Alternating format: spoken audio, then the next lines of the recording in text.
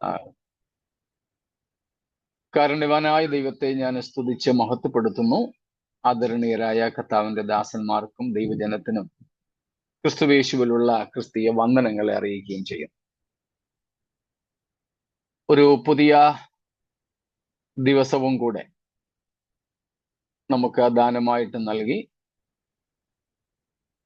യഹൂദ നിയമപ്രകാരം പുതിയ ദിവസം ആരംഭിച്ചിട്ടേ ഉള്ളൂ. ഇവിടെ വൈകിട്ട് 6 മണിക്ക് നമ്മളത് പഠിച്ചിട്ടുള്ളതാണല്ലോ. യഹൂദന്റെ ദിവസം ആരംഭിക്കുന്നത് വൈകുന്നേരം 6 മണിക്കാണെന്ന്. ആ നിലയിലും ഒരു പുതിയ ദിവസം ദൈവം നമുക്ക് ദാനമായി നൽകി എന്ന് പറയുന്നതിൽ തെറ്റില്ല എന്നാണ് പറഞ്ഞത്. ദൈവത്തിന് സ്തോത്രം. ഈ മാസവും നമ്മെ വിട്ടുപോകുന്നു. പുതിയ പ്രതീക്ഷകളോടെ ആരംഭിച്ച വർഷം ഒരു മാസം പഴയതായി. എങ്കിലും ഇന്നലെയും ഇന്നും എന്നേക്കും അനന്യനായി ദൈവം നമ്മോട് കൂടെ ഉള്ളതോർത്ത് സ്തോത്രം ചെയ്യുകയാണ്. ദൈവത്തിന് മഹത്വം. നമുക്ക് വേഗത്തിൽ വെളിപ്പാട് പുസ്തകം 18-ാം അധ്യായത്തിലേക്ക് പ്രവേശിക്കാം. നാം അതിൻ്റെ 7 വരെയുള്ള വാക്യങ്ങളെ കഴിഞ്ഞ ദിവസം കണ്ടു എന്നാണ് എൻ്റെ ഓർമ്മ. അവിടം വരെ എന്തെങ്കിലും സന്ദേഹങ്ങൾ, എന്തെങ്കിലും ചോദ്യങ്ങൾ ഉണ്ടോ?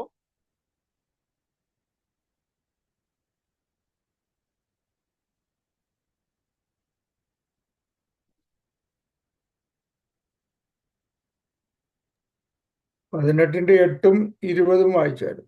അതെ, 8ഉം അതിൻ്റെ 6-ാം വാക്യത്തിന്റെ വ്യാഖ്യാനം എന്ന നിലയിൽ തന്നെ നമ്മൾ അതിൻ്റെ 8ഉം 20ഉം വാക്യങ്ങളും വായിക്കുകയുണ്ടായി.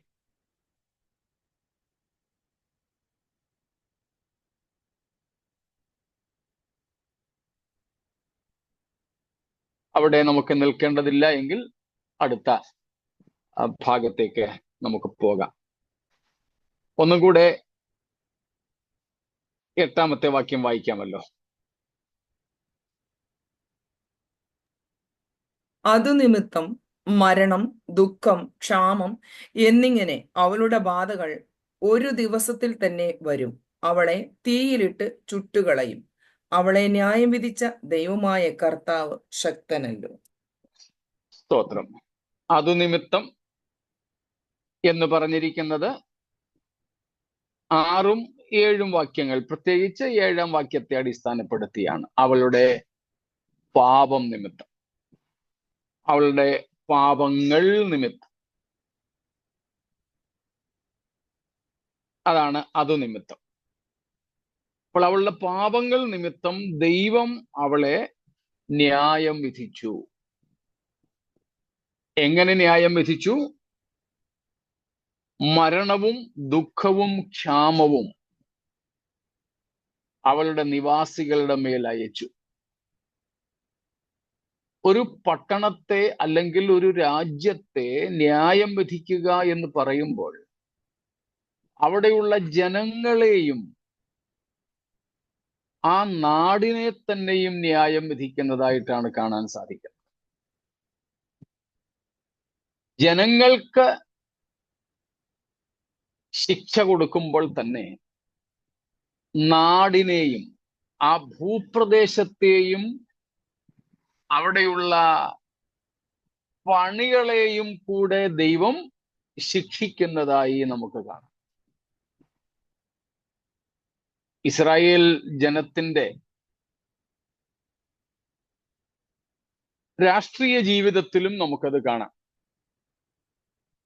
ചില പ്രത്യേക നഗരങ്ങളെയോ നാടുകളെ, ദേശങ്ങളെയൊക്കെ ദൈവം അവരുടെ കയ്യിൽ ഏൽപ്പിച്ച സമയത്ത് ദൈവം പറഞ്ഞിട്ടുണ്ട്, അവിടെയുള്ളതെല്ലാം ശപഥാർപ്പിതമായി നശിപ്പിക്കുകയാണ്. ചിലയിടത്ത് നിന്ന് ചില വസ്തുക്കളെ എടുക്കാം, ചിലയിടത്താണെങ്കിൽ ഒന്നും എടുക്കരുത് എന്ന കൽപ്പനയാണ് ഉണ്ടായത്. അപ്പോൾ ദൈവം ഒരു ജാതിയെ ന്യായം വിധിക്കുമ്പോൾ അവിടെയുള്ള മനുഷ്യരെ മാത്രമല്ല, മനുഷ്യരെയും മൃഗങ്ങളെയും വൃക്ഷലതാദികളെയും അവിടെയുള്ള കെട്ടുപണികളെയും ഭൂപ്രദേശത്തെ പോലും പാപത്തിന്റെ തീവ്രതയനുസരിച്ച് ദൈവം ശിക്ഷിക്കാറുണ്ട്.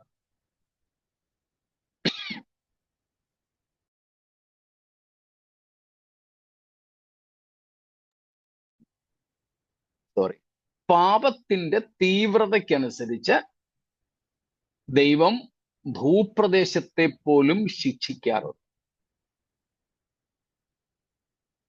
അത് നമുക്ക് ഉൽപ്പത്തി 1-ാം അധ്യായം മുതലേ കാണാം. ഭൂമി പാഴും ശൂന്യവുമായി തീർന്നു. അതിന് കാരണമായിട്ട് പ്രത്യേകിച്ച് നമ്മൾ ഒരു വേദഭാഗമായിട്ട് കാണുന്നില്ലെങ്കിലും പല ഭാഗങ്ങൾ ക്രോഡീകരിച്ചുകൊണ്ടുള്ള ചിന്ത നമുക്കൊക്കെ അറിയാം.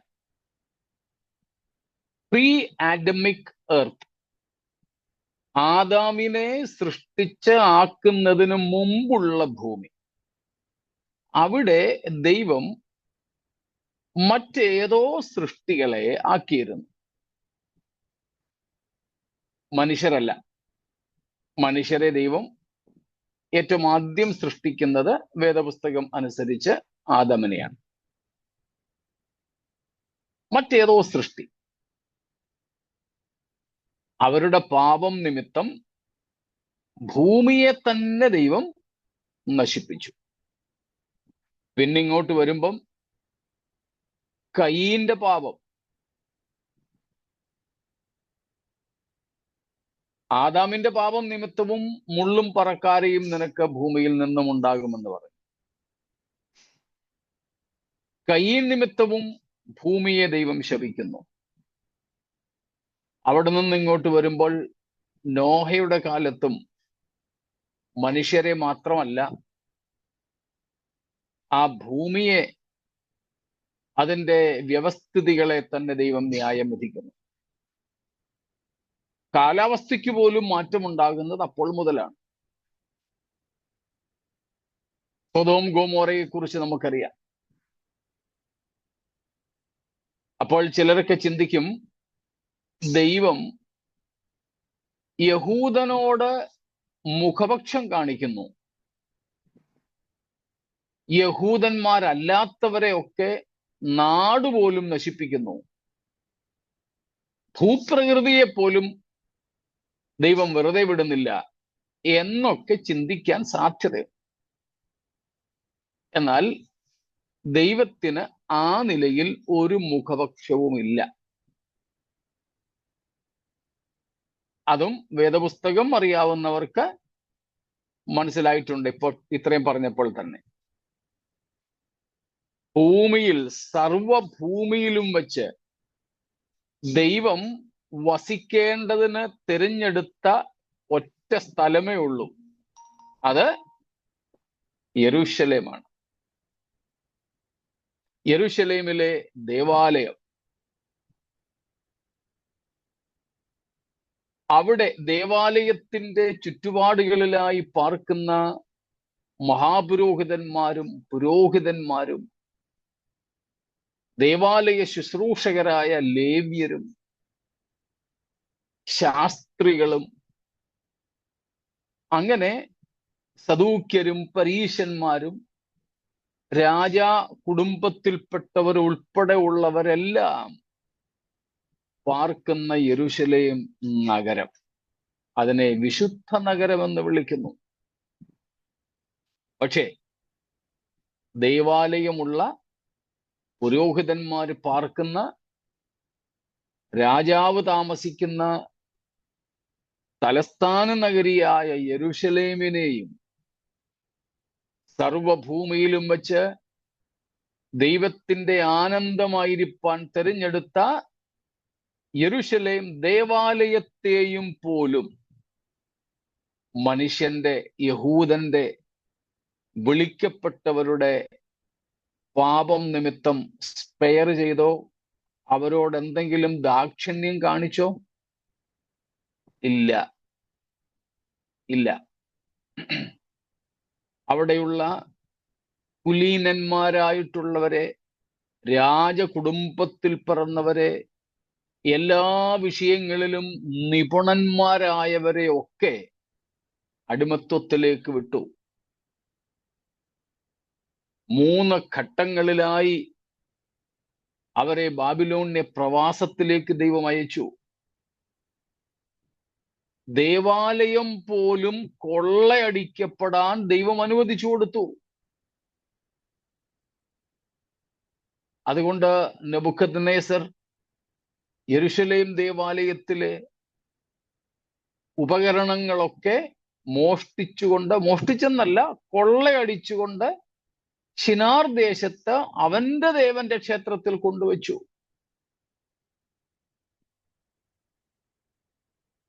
സ്തോത്രം. ദേവാലയത്തെ ചുട്ടുകളഞ്ഞു, ഇടിച്ചു കളഞ്ഞു. നോക്കൂ, ജനത്തിന്റെ പാപം നിമിത്തം ജനത്തെ, മനുഷ്യരെ മാത്രമാണോ ശിക്ഷിച്ചത്? അല്ല, ആ രാജ്യത്തെ, ഭൂപ്രകൃതിയെ, യെരുശലേം ദേവാലയം ഉൾപ്പെടെ ഉള്ളതിനെയൊക്കെ ദൈവം ന്യായം വിധിച്ചു. അതിൻ്റെ ഏറ്റവും തീവ്രമായ ഒരു കാഴ്ചയാണ് നാം ഇവിടെ വെളിപ്പാട് 18 കാണുന്നത്. ബാബിലോണിന്റെ പാപം നിമിത്തം ജനങ്ങളെ മാത്രമല്ല, നാടിനെയും പട്ടണത്തെയും ഭൂമിയെപ്പോലും കെട്ടിടങ്ങളെയും ദൈവം ന്യായം വിധിച്ചു. അതിൻ്റെ പൂർണ്ണ രൂപമാണ് നമുക്ക് 2 പത്രോസ് 3-ാം അധ്യായം 9 മുതൽക്കുള്ള വാക്യങ്ങളിൽ കാണാൻ കഴിയുന്നത്. എന്താണ് നമുക്കറിയാമല്ലോ. 9-ാമത്തെ വാക്യത്തിൽ പറയുന്നത് കർത്താവ് വരുന്നതിനെ കുറിച്ചാ. വാഗ്ദത്തം നിവർത്തിക്കാൻ താമസിക്കുന്നില്ല. വാഗ്ദത്തം എന്നവിടെ പറയുന്നത് കർത്താവിന്റെ വരവിന്റെ വാഗ്ദത്തമാണ്. എന്നിട്ട് 10 മുതൽക്കുള്ള വാക്യങ്ങളിൽ പറയുന്നുണ്ട്, ആകാശം കൊടുമുഴക്കത്തോടെ ഒഴിഞ്ഞു പോകും, ഭൂമി, അതിൻ്റെ കെട്ടുപണികൾ, ഇവയെല്ലാം കത്തി നശിക്കും. അപ്പോൾ ഭൂവാസികളുടെ പാപം പെരുകിയത് കൊണ്ട് ഏറ്റവും ഒടുവിൽ ദൈവം എന്ത് ചെയ്യുന്നു? ഭൂമിയെ തന്നെ ന്യായം വിധിക്കുന്നു. ഭൂപ്രദേശം, കടൽ, ആകാശം, ആകാശത്തിലെ സൈന്യങ്ങൾ എന്ന് വെച്ചാൽ സൂര്യചന്ദ്ര നക്ഷത്രാദികൾ, ഇവയെ എല്ലാം ദൈവം ന്യായം വിധിക്കുന്നു.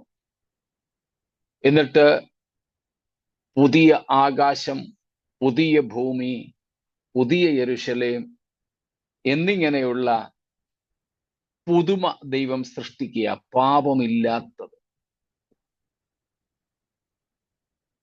ഇവിടെയും നാം അത് തന്നെയാണ് കാണുന്നത്. മനുഷ്യരുടെ പാപം നിമിത്തം, മനുഷ്യർക്ക് ആദ്യം മുതൽ പാപം ചെയ്യാൻ അവർ തിരഞ്ഞെടുത്ത, ഏറ്റവും കൂടുതൽ പാപം ചെയ്ത ആ ഭൂപ്രദേശങ്ങളെ പോലും ന്യായം വിധിക്കുന്നു. അതാണ് ഇവിടെ 8-ാമത്തെ വാക്യത്തിൽ നമ്മൾ കണ്ടത്. ഈ വിധമായ ബാധകളിൽ നാം ഓഹരിക്കാരാകരുത്, അല്ലെങ്കിൽ അന്ന് ജീവിച്ചിരിക്കുന്ന വിശുദ്ധന്മാർ ഓഹരിക്കാരാകരുതെന്നാണ് 4-ാം വാക്യത്തിൽ നമ്മൾ വായിച്ചത്. ബാധകൾ. ഇന്നും ദൈവം അങ്ങനെ തന്നെ ചെയ്യാറുണ്ട്. ഇത് ദൈവത്തിൻ്റെ ഒരു സാധാരണ പദ്ധതിയാണ്, ഒരു രീതിയാണ്. എന്ത്? പാപം ചെയ്യുന്ന മനുഷ്യരെ മാത്രമല്ല, അവർ നിമിത്തം ഒരുപക്ഷെ നാടിനെയോ ഭൂമിയെ തന്നെയോ ദൈവം ശിക്ഷ വിധിക്കുക എന്നുള്ളത്. അതിന് ഉൽപ്പത്തി മുതൽ നമ്മൾ വെളിപ്പാട് പുസ്തകം 21-ാം അധ്യായം വരെയുള്ള തെളിവുകൾ കണ്ടു. ഇത്രയും മനസ്സിലായോ? പക്ഷെ ആദാമിന് മുന്നേ ഉള്ള ഭൂമിയെ ന്യായം വിധിച്ചത് ആരുടെ പാപം നിമിത്തമാണ്? ഒരു സൃഷ്ടി എന്നല്ലേ, മനുഷ്യരല്ലാത്ത സൃഷ്ടി എന്നല്ലേ പറഞ്ഞത്? അത് ഏത് സൃഷ്ടിയായിരിക്കും? ദൂതന്മാര്. ഓക്കെ. ദൂതന്മാരെ പോലെയുള്ള സൃഷ്ടികൾ, അല്ലാതെ പക്ഷിമൃഗാദികളൊന്നും അല്ല.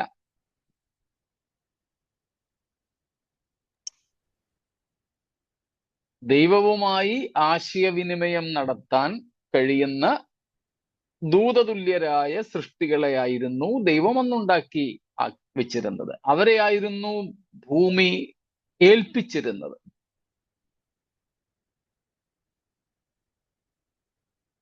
അതിനെപ്പറ്റിയാണ് 2 പത്രോസ് 3-ന്റെ 5-ാമത്തെ വായിക്കുന്നത്. പുരാതന ലോകത്തെ ദൈവം പ്രളയത്താൽ നശിപ്പിച്ചു എന്ന്.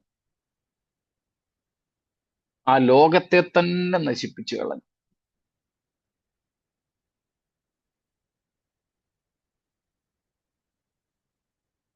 മറ്റെന്തെങ്കിലും?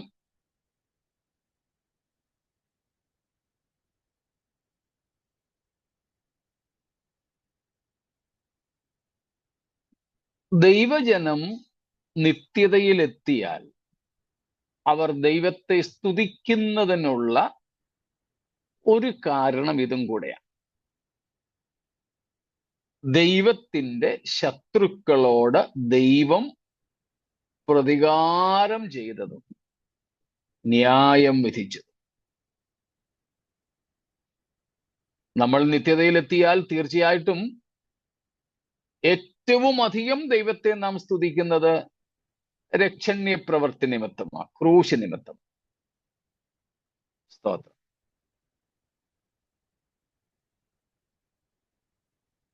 ആ വാക്യം വായിച്ചാട്ടെ.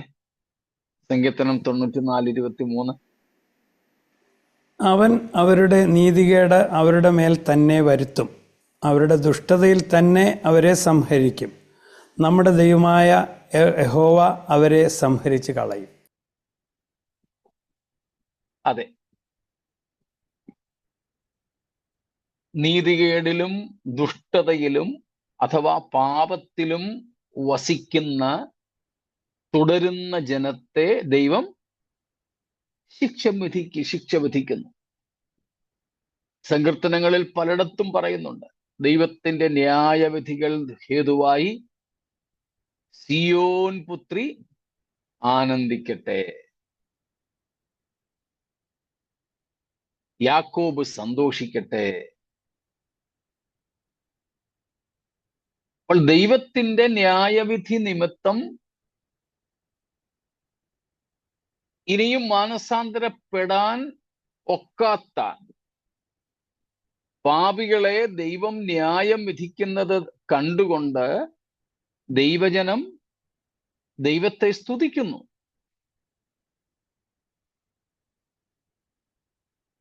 അത് പലയിടങ്ങളിലുമുണ്ട്. വളരെ വ്യക്തതയോടെ നാം കാണുന്നത് ചെങ്കടൽക്കരയിലാണ്.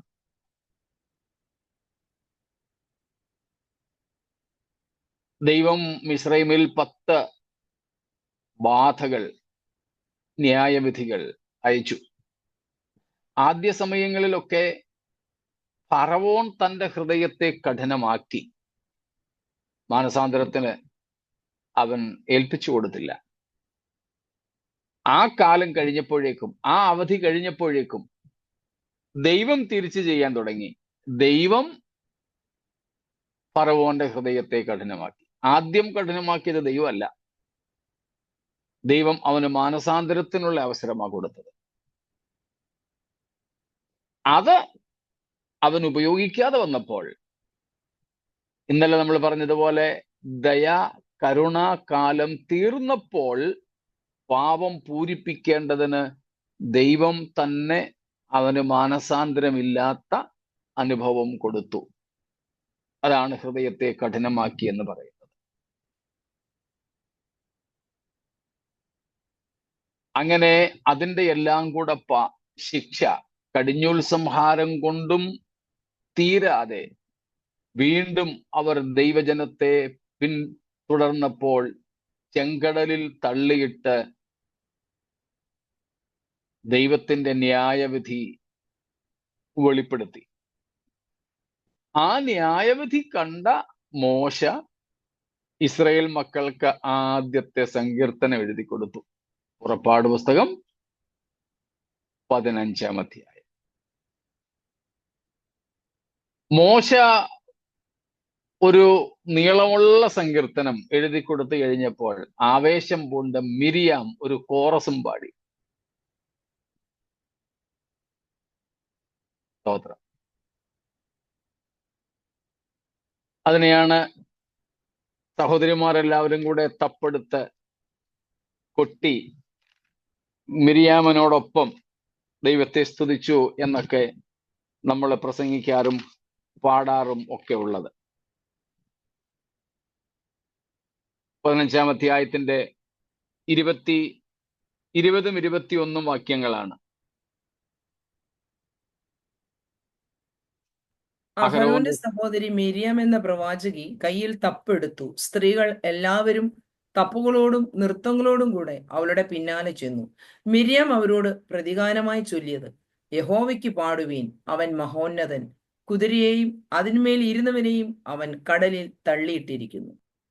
സ്തോത്രം. ഇതാണ് മിരിയാമിന്റെ കോറസ്.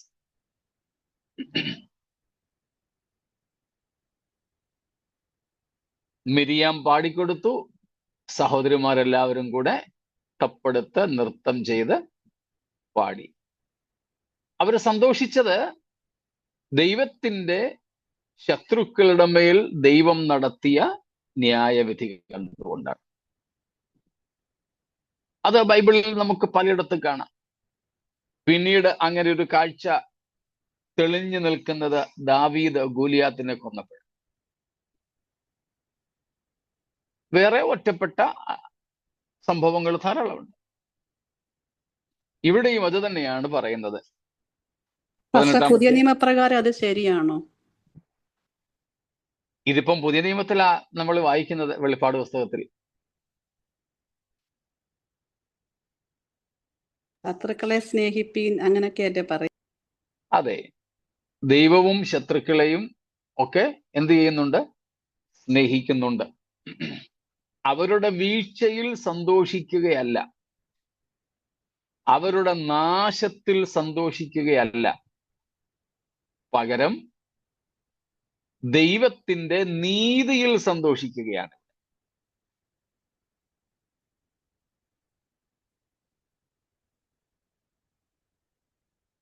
എട്ടാമത്തെ വാക്യത്തിൽ നമ്മൾ കാണുന്നത്, അവളെ ന്യായം വിധിച്ച ദൈവമായ കർത്താവ് ശക്തനല്ലോ.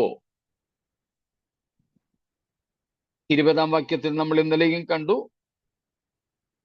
തന്റെ വിശുദ്ധന്മാർക്കു വേണ്ടി ദൈവം ബാബിലോണിനോട് പകരം ചെയ്തു, അല്ലെങ്കിൽ പ്രതികാരം നടത്തി. ഇവിടെയെല്ലാം എന്താ സംഭവിക്കുന്നത്?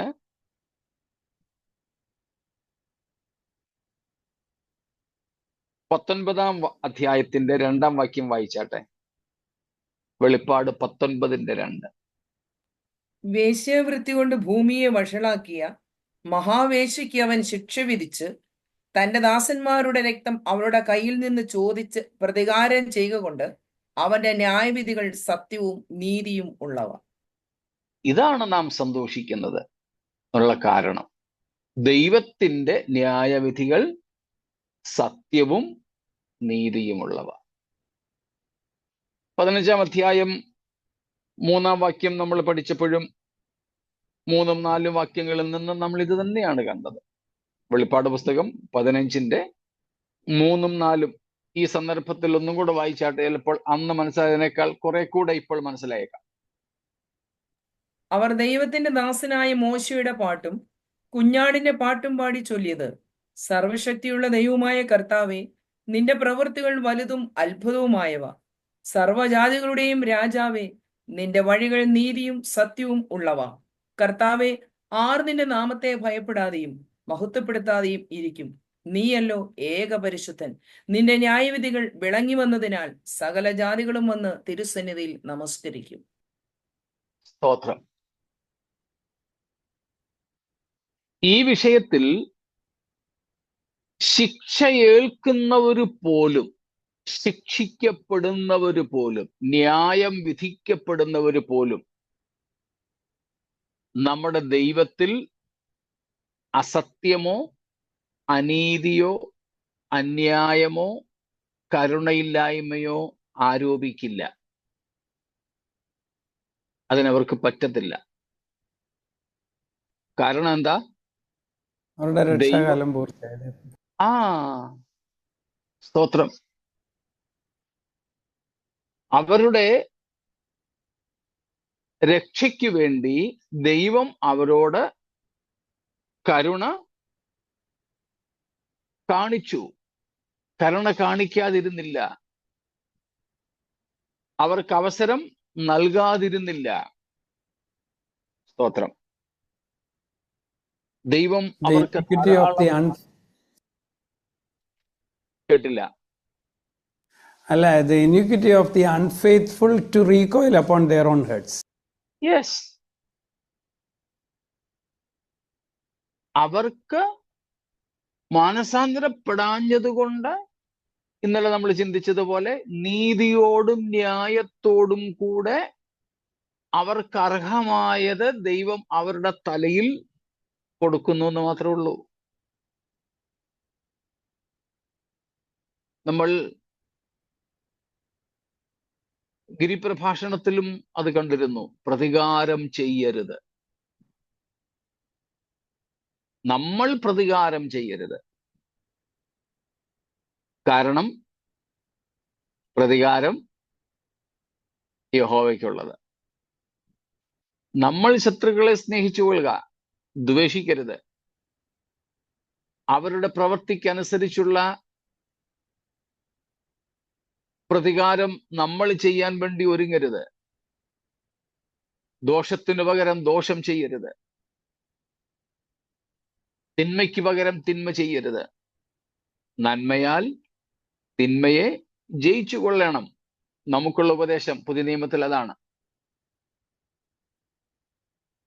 എന്ന് വിചാരിച്ച് ദൈവം ആരുടെയും പാപത്തിന് നേരെ കണ്ണടയ്ക്കുന്നില്ല. നമ്മൾ നേരത്തെയും ചിന്തിച്ചിട്ടുണ്ടെങ്കിലും ഈ ചോദ്യം വന്നതുകൊണ്ട് ആവർത്തിച്ചു പറയുന്നു. സാത്താന് പോലും ദൈവത്തിന്റെ മേൽ അന്യായം ആരോപിക്കാൻ പറ്റുമോ? സാത്താന് പോലും.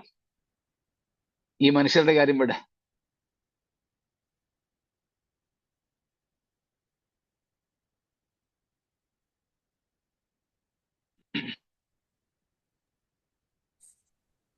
അവനു പോലും ദൈവം അവന്റെ ഇഷ്ടമനുസരിച്ച് പ്രവർത്തിക്കാൻ സ്വാതന്ത്ര്യം നൽകി.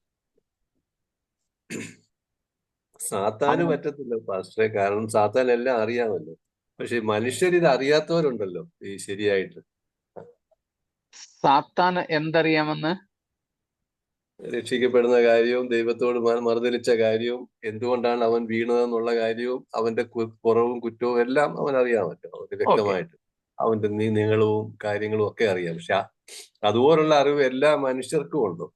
ഈ ശിക്ഷിക്കപ്പെടുന്ന മനുഷ്യർക്ക് പറയാം. സാത്താന് ദൈവം ഇഷ്ടം പോലെ അവസരങ്ങൾ കൊടുത്തു. അവസരം കൊടുത്തത് മാനസാന്തരപ്പെടാനല്ല, അത് ഉറപ്പാ. കാരണം ദൂതന്മാർക്ക് ദൈവം മാനസാന്തരത്തിന് അവസരം നൽകിയിട്ടില്ല. പക്ഷേ ദൈവത്തെ ജയിക്കാൻ, ദൈവത്തെ തോൽപ്പിക്കാൻ, അങ്ങനെ ദൈവത്തിന്റെ ന്യായവിധിയിൽ നിന്നും ഒഴിയാൻ ഒഴിഞ്ഞിരിക്കാനുള്ള മുഴുവൻ അവസരങ്ങളും അവന് കൊടുത്തു. വെളിപ്പാട് പുസ്തകം 20-ാം അധ്യായത്തിന്റെ 7 തൊട്ട് 10 വരെയുള്ള വാക്യങ്ങളിൽ വരെ അവന് അതിനുള്ള അവസരമുണ്ട്. അതുകൊണ്ട് സാത്താന് പോലും ദൈവത്തിൽ അന്യായമോ അനീതിയോ ആരോപിക്കാൻ പറ്റത്തില്ല. ഒരു മനുഷ്യനും പറ്റുകയില്ല. എല്ലാ മനുഷ്യർക്കും ഈ അറിവുണ്ടോ എന്ന് ചോദിച്ചാൽ ഇല്ല എന്നത് തന്നെയാണ് സത്യം. പക്ഷേ റോമാലേഖനം 1-ാം അധ്യായം 18 മുതൽക്കുള്ള വാക്യങ്ങളിൽ 2-ാം അധ്യായത്തിന്റെ ഒടുവിൽ വരെ വായിക്കുന്നത് പോലെ ഈ വിധത്തിലുള്ള ഒരു അറിവ് എല്ലാ മനുഷ്യർക്കും ഇല്ലെങ്കിലും ഓരോ മനുഷ്യന്റെയും മനസാക്ഷിയിൽ ദൈവം ദൈവത്തെക്കുറിച്ചുള്ള ഒരു ബോധം നൽകിയിട്ടുണ്ട്.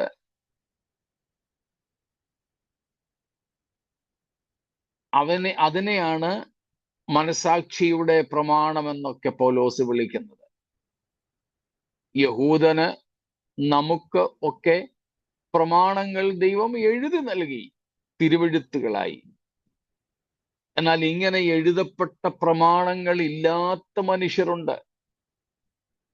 അവർക്കും ദൈവം അവരുടെ അന്തരംഗത്തിൽ, അന്തഃകരണത്തിൽ, from in their inner beings ദൈവം സാൻമാർഗിക ബോധം, നീതിബോധം, ദൈവബോധം ഒക്കെ നൽകിയിട്ടുണ്ട്.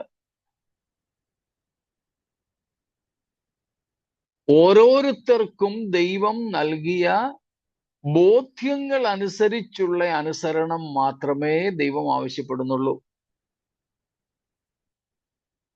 ആവർത്തിക്കുന്നു, ഓരോ മനുഷ്യർക്കും ദൈവം അവരുടെ അന്തഃകരണത്തിൽ നൽകിയിട്ടുള്ള കൺവിക്ഷൻസ്, ബോധ്യങ്ങൾക്കനുസരിച്ചുള്ള അനുസരണമാണ് ഓരോ മനുഷ്യനിൽ നിന്നും ദൈവം ആഗ്രഹിക്കുന്നതും ആവശ്യപ്പെടുന്നതും.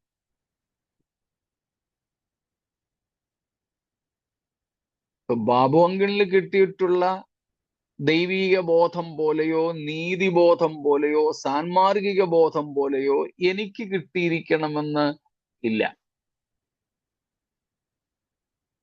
ഞങ്ങളോട് രണ്ടുപേരോടും ദൈവം ചോദിക്കുന്ന കണക്ക് അവരവർക്ക് കിട്ടിയ വെളിച്ചത്തിന്റെ അടിസ്ഥാനത്തിലായിരിക്കും. അതുകൊണ്ട് ആ കർത്താവും പറഞ്ഞത്, ഏറെ കിട്ടിയവനോട്, ഏറെ ലഭിച്ചവനോട് ഏറെ കണക്ക് ചോദിക്കും, അവൻ ഏറെ കണക്ക് കൊടുക്കേണ്ടി വരും.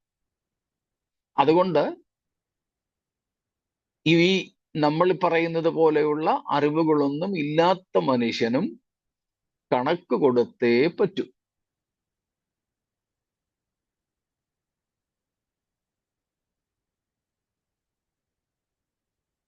അപ്പം പുതിയ നിയമവിശ്വാസികൾ ആയ നമുക്ക് പ്രതികാരം ചെയ്യാൻ അനുവാദമില്ല. ദൈവം പറഞ്ഞു, പ്രതികാരം എനിക്കുള്ളത്. നമ്മളതൊക്കെ ഗിരിപ്രഭാഷണത്തിൽ കണ്ടു. റോമാലേഖനം 12-ന്റെ ഒടുവിൽ നിന്നും സദൃശ്യവാക്യങ്ങളിൽ നിന്നും ഒക്കെ എടുത്ത് പഠിച്ചതാണ്. പ്രതികാരം എനിക്കുള്ളത്, ഞാൻ പ്രതികാരം ചെയ്യും. നിന്റെ ശത്രുവിന് നീ വിശക്കുന്നെങ്കിൽ ആ കാര്യങ്ങളൊക്കെ നമ്മൾ അന്ന് പഠിച്ചതാ. റോമാലേഖനം 12-ലും സദൃശ്യവാക്യങ്ങളിലൊക്കെ. നമ്മൾ അങ്ങനെ ഇടപെട്ടാലും ദൈവം അത് ആ വ്യക്തിയോട് ക്ഷമിക്കണം എന്നില്ല. ദൈവത്തിന് ഓരോരുത്തനും അവനവന്റെ പ്രവർത്തിക്ക് തക്കതായ പ്രതിഫലം കൊടുക്കാനുള്ള അധികാരമുണ്ട്. അത് ദൈവം ചെയ്യുന്നു. അങ്ങനെ ചെയ്യാൻ അധികാരമുള്ള ഒരു ദൈവമാണ് നമ്മുടെ പിതാവ് എന്ന തിരിച്ചറിവോടെ നമ്മൾ ദൈവത്തിന്റെ ന്യായവിധികൾ നിമിത്തവും ദൈവത്തിന് സ്തോത്രം ചെയ്യുന്നു. ഇതാണ് നമ്മൾ ചെയ്യുന്നത്. അത് പുതിയ നിയമ ഉപദേശത്തിന് വിരുദ്ധമായിട്ടുള്ളതല്ല. അത് ദൈവത്തിന്റെ സനാതനമായ സ്വഭാവമാണ്.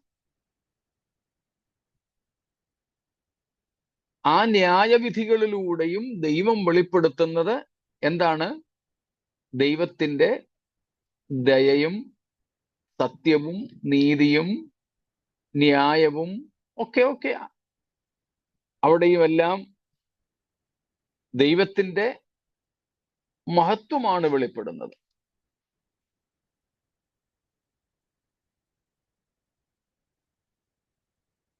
ആ രണ്ട് കാര്യങ്ങളും വ്യക്തമായോ? അതിന്മേൽ എന്തെങ്കിലും ചോദ്യമുണ്ടോ? അതല്ലേ പാസ്റ്ററെ?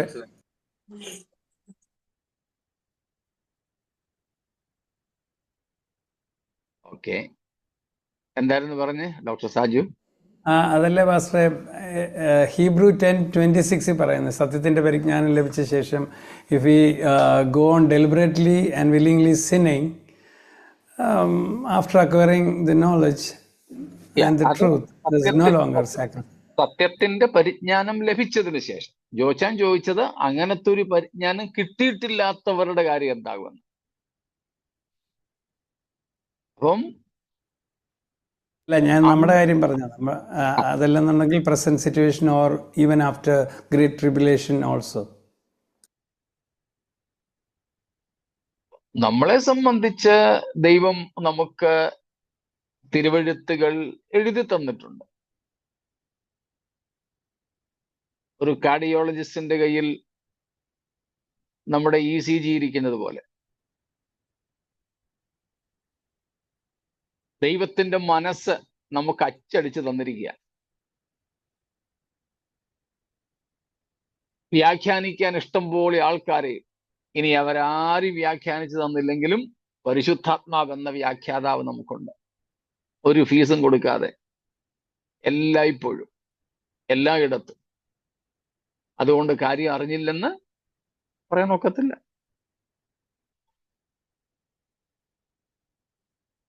അപ്പൊ ദൈവം കൊടുക്കുന്ന അവസരങ്ങളെ ഉപയോഗിക്കാതെ പാപത്തിൽ മനഃപൂർവമായി തുടരുന്നവരെ ദൈവം ന്യായം വിധിക്കും. ആ ന്യായവിധിയിലൂടെയും ദൈവം തൻ്റെ മഹത്വവും തൻ്റെ അധികാരവും ജ്ഞാനവും നീതിയും സത്യവും ന്യായവുമാണ് വെളിപ്പെടുത്തുന്നത്. അത് നമുക്ക് ദൈവത്തെ സ്തുതിക്കുന്നതിന്, നിത്യതയിലും ദൈവത്തെ വാഴ്ത്തുന്നതിന് കാരണമാകും. കാരണം ഇവരാരും ദൈവത്തിൽ അന്യായം ആരോപിക്കാൻ സാധിക്കാത്തവരാണ്. അതുകൊണ്ടാണ് പൗലോസ് അപ്പോസ്തലൻ ഫിലിപ്പിയർ 2-ാം അധ്യായത്തിൽ പറയുന്നത്, എല്ലാ മുഴങ്കാലും യേശുവിന്റെ മുമ്പിൽ മടങ്ങും, എല്ലാ നാവും യേശു കർത്താവ് എന്ന് പിതാവായ ദൈവത്തിന്റെ മഹത്വത്തിനായിട്ട് ഏറ്റുപറയും. എല്ലാവരും, ആരും തിരിച്ചൊന്നും പറയത്തില്ല.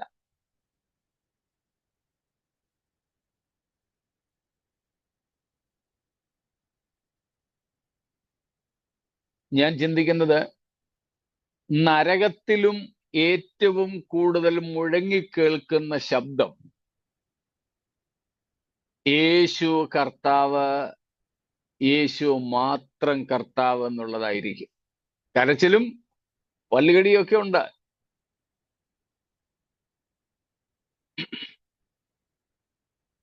പക്ഷേ പല്ലുകടിച്ചും കരഞ്ഞുകൊണ്ടും അവർ ഏറ്റുപറയുന്നത് യേശു മാത്രം കർത്താവെന്നായിരിക്കും. ഒരുപക്ഷെ മുട്ടുകുത്തി കവിണ്ണ് വീണ് കിടന്നുകൊണ്ടായിരിക്കും ഇതുങ്ങളെ വിളിച്ചു പറയുന്നത്. അവിടെ നരകത്തിൽ കിടന്നുകൊണ്ട് പോലും അവരെ നരകശിക്ഷയ്ക്ക് വിധിച്ച ദൈവത്തെ കുറ്റം പറയാൻ അവർക്ക് കഴിയത്തില്ല.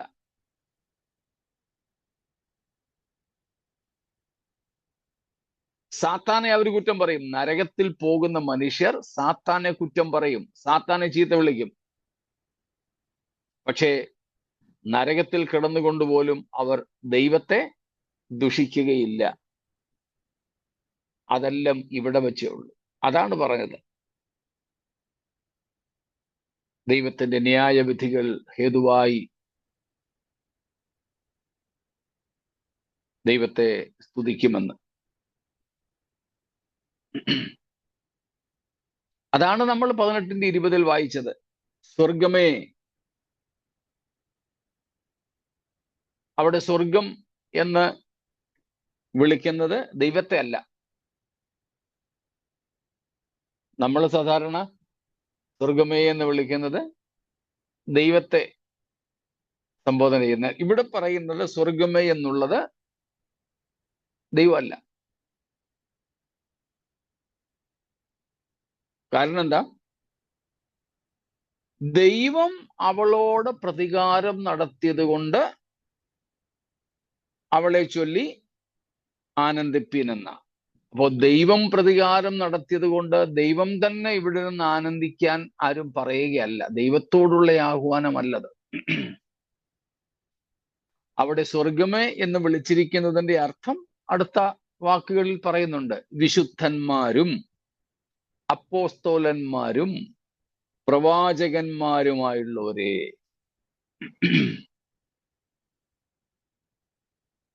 കാരണം ഈ ദൈവജനത്തിന്റെ മുൻപന്തിയിൽ നേതൃത്വത്തിൽ നിന്ന് അവരെ നയിച്ച വിശുദ്ധന്മാരും അപ്പോസ്തലന്മാരും പ്രവാചകന്മാരും ആയവരെയാണ് അന്നത്തെ ലോകം ഏറ്റവും കൂടുതൽ ഉപദ്രവിച്ചത്. ഇപ്പോൾ അവർ ദൈവരാജ്യത്തിലായിരിക്കുന്നു എന്നുള്ളൂ. ദാ നിങ്ങളോട് ചെയ്തതിന് ഒത്തവണ്ണം ദൈവം ബാബിലോണിനോട് ചെയ്യുന്നു എന്നാണ് ഇവിടെ വിളിച്ചു പറയുന്നത്.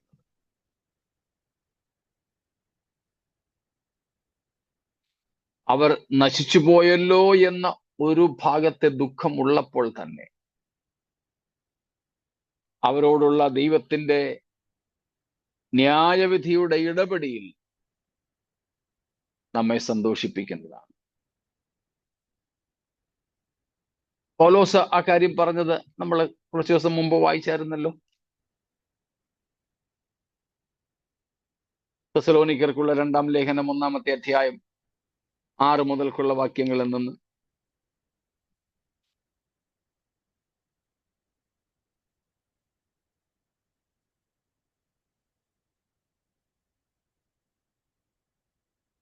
കർത്താവായ യേശു ക്രിസ്തു തന്റെ ശക്തിയുള്ള ദൂതന്മാരുമായി സ്വർഗത്തിൽ നിന്ന് അഗ്നിജാലയിൽ പ്രത്യക്ഷനായി ദൈവത്തെ അറിയാത്തവർക്കും നമ്മുടെ കർത്താവായ യേശുവിന്റെ സുവിശേഷം അനുസരിക്കാത്തവർക്കും പ്രതികാരം കൊടുക്കുമ്പോൾ നിങ്ങളെ പീഡിപ്പിക്കുന്നവർക്ക് പീഡയും പീഡ അനുഭവിക്കുന്ന നിങ്ങൾക്ക് ഞങ്ങളോടുകൂടെ ആശ്വാസവും പകരവും നൽകുന്നത് ദൈവസന്നിധിയിൽ നീതിയല്ലോ.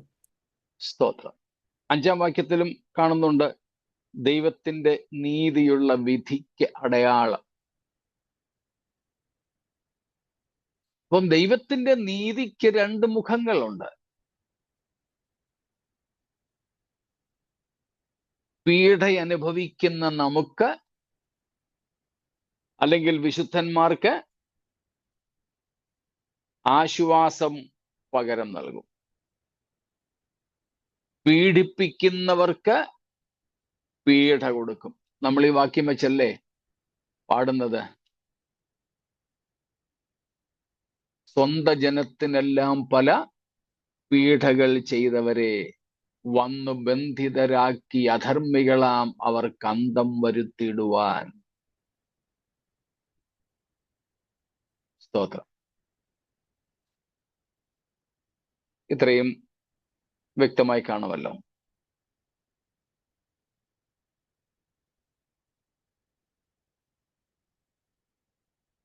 ഇവിടെ മറ്റു ചോദ്യങ്ങളില്ലെങ്കിൽ 9-ാമത്തെ വാക്യം.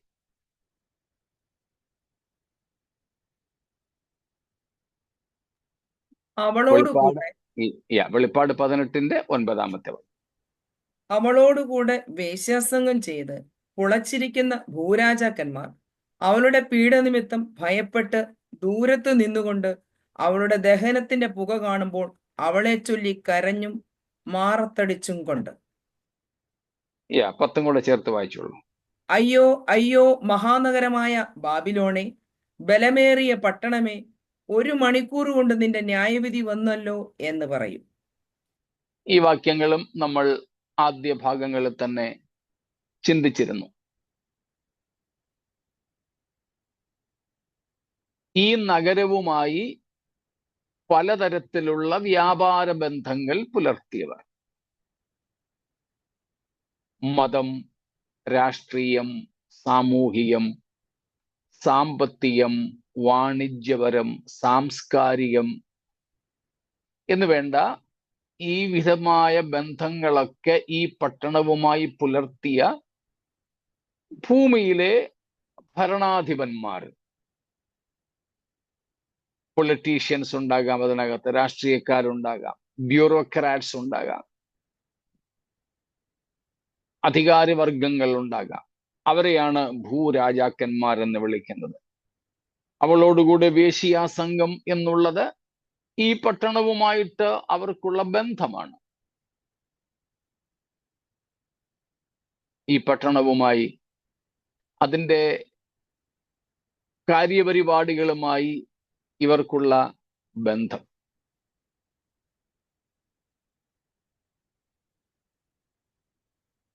അവരാണ് അവരുടെ ലാഭത്തിന്റെ വിഹിതം പൊയ്പോയി എന്നതുകൊണ്ട്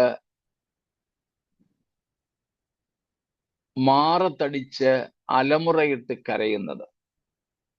പറയുന്നത് 1 മണിക്കൂർ കൊണ്ട് നിന്റെ ബാധ, ന്യായവിധി, ശിക്ഷാവിധി വന്നല്ലോ. ഒന്നും എടുക്കാൻ ഒക്കുന്നതിന് മുമ്പ് തന്നെ കാര്യങ്ങളെല്ലാം തീർന്നു. അതാണ് വളരെ പെട്ടെന്ന്. ഇത് അണുവായുധങ്ങൾ കൊണ്ടുള്ള ഒരാക്രമണം എന്ന നിലയിൽ മനസ്സിലാക്കാമെന്ന് നമ്മൾ ഇന്നലെയും കണ്ടല്ലോ. 1 മണിക്കൂർ കൊണ്ടുള്ള അവളുടെ മേൽ ഇരിക്കുന്ന ന്യായവിധി.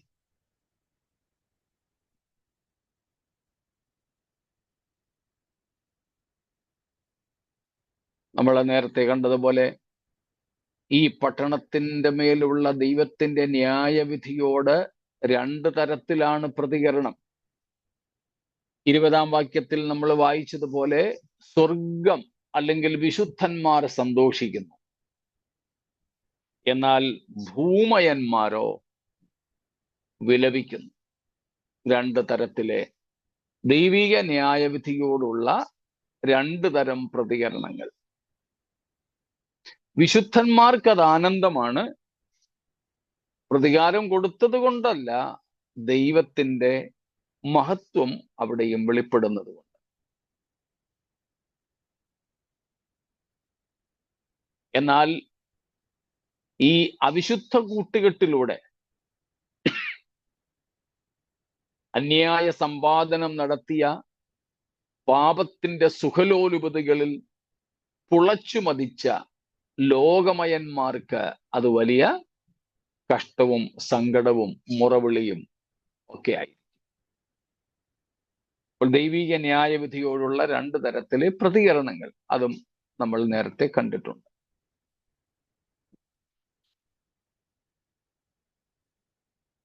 സ്തോത്രം.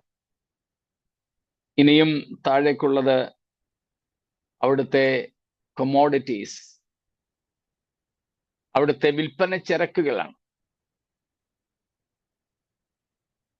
ഭൂമിയിലെ വ്യാപാരികൾ 1 പൊന്ന്, 2 വെള്ളി, 3 രത്നം, 4 മുത്ത്, 5 നേരിയ തുണി, 6 ധൂമ്രവസ്ത്രം, 7 പട്ട്, 8 കടിഞ്ചുവപ്പ്, 9 ചന്ദനത്തരങ്ങൾ, 10 ആനക്കൊമ്പ് കൊണ്ടുള്ള സകലവിധ സാമാനങ്ങൾ, 11 വിലയേറിയ മരം, 12 പിച്ചള, 13 ഇരുമ്പ്, 14 മർമ്മരക്കല്ലുകൊണ്ടുള്ള ഓരോ സാമാനം, 15 ലവംഗം, 16 ഏലം, 17 ധൂപവർഗം, 18 മൂറ്, 19 കുന്തിരിക്കം, 20 വീഞ്ഞ്, 21 എണ്ണ, 22 നേരിയ മാവ്, 23 കോതമ്പ്, 24 കന്നുകാലി, 25 ആട്, 26 കുതിര, 27 രഥം, 28 മാനുഷദേഹം, 29 മാനുഷപ്രാണൻ. ഏതാണ്ട് 29ഓളം വിൽപ്പന ചരക്കുകൾ.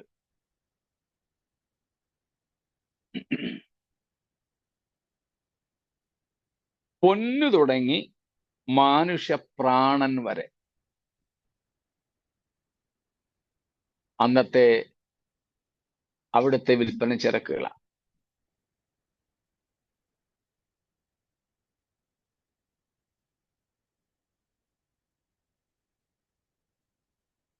പിന്നെയും താഴോട്ട് വേറെ ചില കാര്യങ്ങളൊക്കെ പറയുന്നുണ്ട്.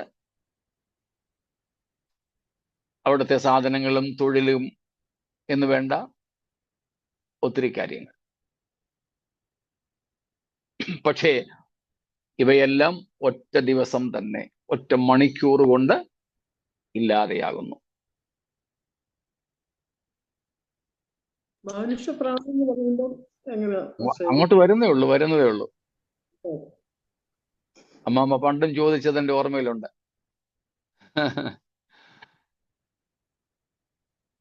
ആ ഭാഗങ്ങളിലേക്ക് നമ്മൾ ഇന്ന് കയറുന്നില്ല. സമയം നമ്മുടേത്, എനിക്ക് പോകേണ്ടതായ ഒരു ഇതുള്ളത് കൊണ്ട് കർത്താവിന്റെ വരവ് താമസിച്ചാൽ നമുക്ക് നാളെ ഈ ഭാഗത്തേക്ക് പ്രവേശിക്കാം. നിങ്ങളും കൂടെ പ്രാർത്ഥിച്ചും ചിന്തിച്ചും ഒക്കെ വരിക. നമുക്കൊരുമിച്ച് ആ കാര്യങ്ങൾ ചിന്തിക്കാം. അപ്പൊ നമ്മൾ ഇന്ന് കണ്ട പ്രധാനപ്പെട്ട കാര്യം, നമ്മൾ നിത്യതയിൽ എത്തുമ്പോൾ ദൈവത്തെ സ്തുതിക്കാനും മഹത്വപ്പെടുത്താനും ആരാധിക്കാനുമുള്ള ഒത്തിരി കാരണങ്ങളുണ്ട്. അതിൽ ഒരു കാരണമാണ് ദൈവത്തിന്റെ ന്യായവിധികൾ. അതിൽ ദൈവത്തിന്റെ മഹത്വം വെളിപ്പെടുന്നു. സ്തോത്രം.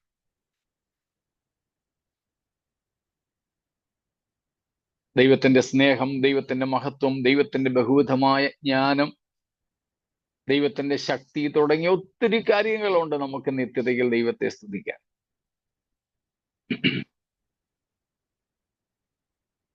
ഇന്ന് രാവിലെ ഒരു സ്ഥലത്ത് ഞാൻ പറഞ്ഞു, ഒരു കോറസ് ഒന്ന് പാടിക്കോ, അത് ഒരു പാട്ടിന് ശേഷം നമുക്ക് ദൈവത്തിന്റെ വചനം ചിന്തിക്കാമെന്ന്. അവർ പാടിയ പാട്ട് ഹിന്ദിയിൽ ഒരു പാട്ടായിരുന്നു. സ്തുതി ആരാധന ഊപ്പർ ജാത്തി ഹെ, ആശിഷ് ദേഖോ ആശിഷ് ലേക്കെ നീച്ചെ ആത്തി ഹെ. സ്തുതിയും ആരാധനയും മേപ്പോട്ട് പോകുന്നു, ദൈവത്തിൽ നിന്ന് അനുഗ്രഹങ്ങളും വാങ്ങിക്കൊണ്ട് താഴോട്ട് വരുന്നു. പാട്ടും പ്രാർത്ഥനയൊക്കെ കഴിഞ്ഞ് ക്ലാസ്സിന് മുമ്പ് ഞാൻ ചോദിച്ചു, നിങ്ങൾ ഈ പാടിയത് ദൈവവചനപ്രകാരം എങ്ങനെയുണ്ട്? അപ്പോഴാണ് ചിന്തിക്കുന്നത്. കുറച്ചുപേര് പറഞ്ഞു പാടിയത് വചനപ്രകാരം തെറ്റ. എന്താണ് കാരണങ്ങൾ എന്നൊക്കെ അവർക്ക് വിശദീകരിച്ചു കൊടുത്തു. നമ്മൾ ഇവിടെ പലപ്പോഴും പാടുന്നതൊക്കെ ഇതാ, സ്തുതിയും ആരാധനയും മേപ്പോട്ട്, ആശിഷങ്ങളുമായി അത് താഴോട്ട്, പിന്നെയും സ്തുതി നമ്മൾ മേപ്പോട്ട് വിടും, അങ്ങോട്ട് പോയിട്ട് കുറച്ച അനുഗ്രഹം കൊണ്ട് താഴോട്ട് വരും. ഇല്ല, നാം നിത്യതയിലെത്തിയാൽ ഇതൊന്നും വിഷയമല്ല. സ്തോത്രം. നമ്മുടെ ദൈവത്തിന്റെ ആളത്വത്തിന്റെ മഹത്വം. സ്തോത്രം. ദൈവത്തിൽ ഇൻസ്റ്റിങ്ക്റ്റ് ആയിട്ടുള്ള, ദൈവത്തിൽ അന്തർലീനമായിരിക്കുന്ന മഹത്വം. ദ മാനിഫെസ്റ്റഡ് ഗ്ലോറി, ദൈവം വെളിപ്പെടുത്തുന്ന മഹത്വം. ഇവ നിമിത്തം we will ascribe glory to him. നാം ദൈവത്തിന് മഹത്വം കൊടുക്കുന്നവർ, അർപ്പിക്കുന്നവരായിരിക്കും. So instinct glory, manifesting glory, ascribing glory.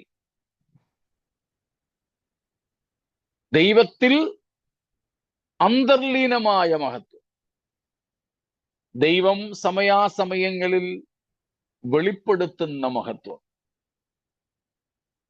ഇവയെല്ലാം കണ്ട് അത്ഭുതപ്പെട്ട് നമ്മൾ അർപ്പിക്കുന്ന മഹത്വം. സ്തോത്രം. നിത്യത മുഴുവനും